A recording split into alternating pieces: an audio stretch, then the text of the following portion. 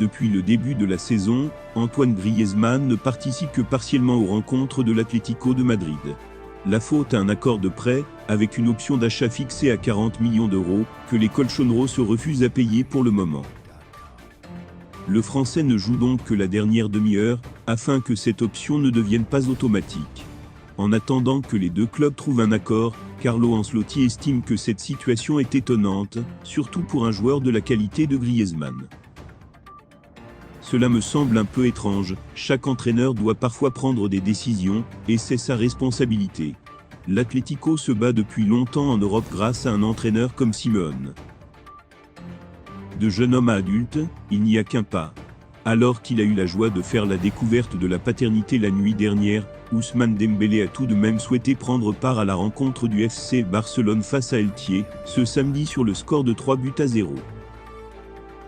Interrogé quant au choix de faire jouer le Français aujourd'hui, Xavi a tenu à en saluer l'attitude. Dembélé a été un professionnel.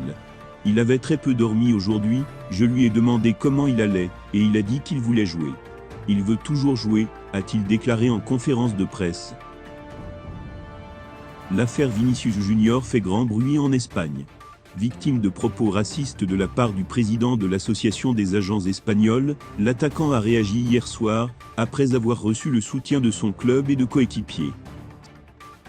C'est au tour de Carlo Ancelotti de s'exprimer en conférence de presse, à la veille du derby contre l'Atlético de Madrid.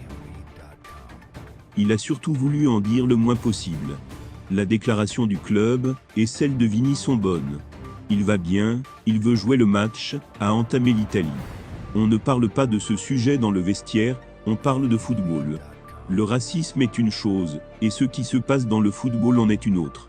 Nous n'avons pas abordé cette question du racisme, car le joueur a très bien réagi.